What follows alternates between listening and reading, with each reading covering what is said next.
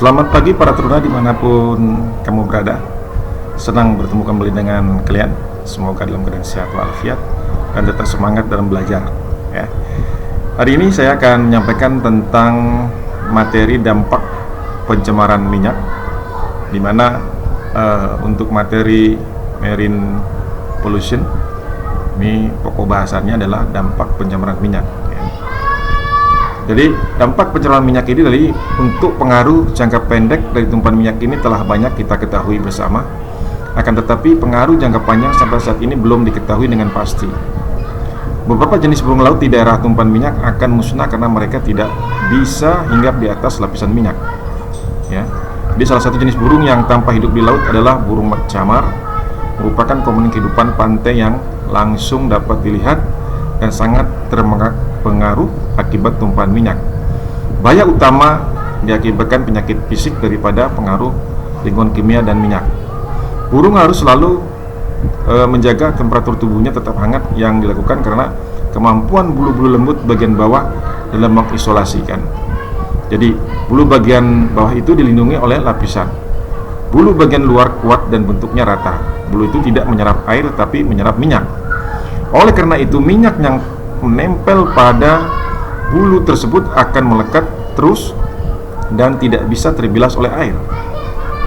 Nah, lapisan minyak yang tipis tidak akan masuk ke dalam ke bagian dalam dan mengganggu kemampuan bulu dalam isolasi, sehingga daya sekat tersebut menyebabkan hilangnya panas tubuh burung secara terus-menerus dan sehingga akan menimbulkan beberapa hal. Yang pertama adalah kebutuhan pemasukan makanan yang lebih besar, kemudian penggunaan cadangan dalam tubuh hewan, dan burung yang terkena minyak cenderung kehilangan nafsu makan. Itu daripada dampak daripada pencemaran tadi ya. Itu teramat berpengaruh kepada burung ya, burung camar ya. Dan baru-baru ini diperkirakan ikan paus yang bunuh diri ke pantai disebabkan oleh tumpahan minyak. Nah, beberapa kerang-kerang juga mati oleh minyak. Tetapi beberapa kerang yang masih bertahan meskipun konsentrasi minyak cukup tinggi, asalkan waktu eksposnya relatif singkat. Tetapi hampir semua dispersan sangat berbahaya untuk kerang.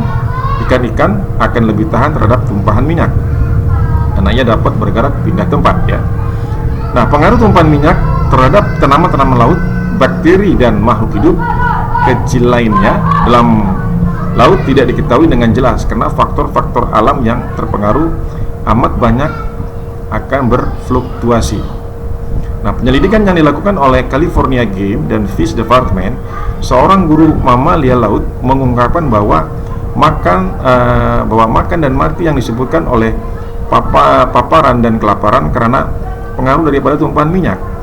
Nah, penelitian terakhir menunjukkan bahwa mengganggu fungsi kelenjar pengeluaran garam sehingga burung mampu minum air laut dan akhirnya mati.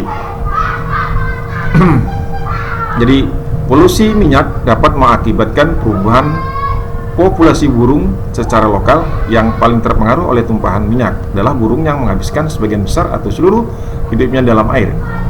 Nah, jenis-jenis ini adalah dari populasi lokal yang khusus. Nah, dalam urutan kepekaan yang makin rendah, jenis-jenis burung yang terkena bahaya tumpahan minyak adalah penguin, penguin, kemudian ada namanya burung penyelam, unggas air ataupun bebek, angsa, auk, itu jenis burung laut dari utara ya, kemudian burung camar, biota dari tumbuhan laut ya. Dan pengaruh tumpahan minyak terhadap plankton di laut ini suka diprediksi atau suka dideteksi. Sampel plankton yang diambil selama musibah tumpahan Torrey Canyon masih nampak normal, kecuali terdapat kematian 50 sampai dengan 90% telur ikan yang mengapung dan larva. Nah, sampel plankton yang diambil selama ledakan Santa Barbara ini di kapal Santa Barbara ini menunjukkan tingkat yang normal selama 1 tahun. Nah, jadi kalau kita dilihat daripada pengaruh tumpahan minyak ini, jadi ada beberapa binatang plankton yang terlihat memakan tetesan minyak mentah dan minyak bangkar yang tak terlihat tanda-tanda merugikan. Karena Komunikasi plankton terus-menerus terbawa arus, jadi suatu daerah yang terkena tumpahan minyak dampaknya masih memiliki komunikasi plankton yang normal beberapa hari setelah terjadi tumpahan. Ya, jadi karena sifat mobilitas ikan dapat meloloskan diri dari yang terkena gangguan lingkungan seperti misalnya tumpahan minyak, maka selama pengamatan ledakan di Santa Barbara tidak ada ikan yang mati. Ikan dapat mati jika tidak dapat keluar dari daerah yang luas tertutup oleh sejumlah besar tumpahan minyak. Jadi istilahnya terkurung dia di situ ya. Ini sudah jelas mati, tapi masih bisa dia menyelamatkan diri, dia akan menyelamatkan diri dengan berenang ke tempat yang lain. Jadi informasi yang dipublikasikan mengatakan bahwa minyak berpengaruh kecil terhadap mamalia laut. Jadi selama ledakan kapal Santa Barbara dilaporkan terjadi kematian singa laut dan anjing laut dalam jumlah besar, dan kesalahan ditimpakan karena tumpahan minyak.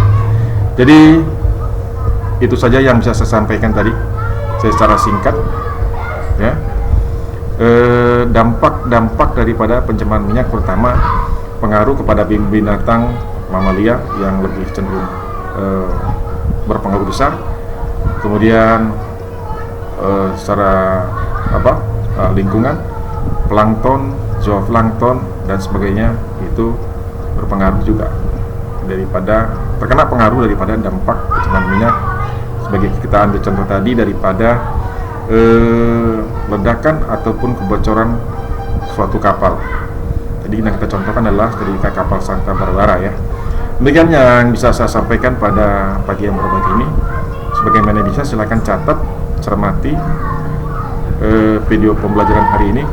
Semoga hari ini bermanfaat, dan pada pertemuan tatap muka saya akan periksa dan beri penilaian pada kalian semua. Selamat pagi, selamat bertemu kembali nanti pada pertemuan akan datang. Salam sehat selalu. Assalamualaikum warahmatullahi wabarakatuh.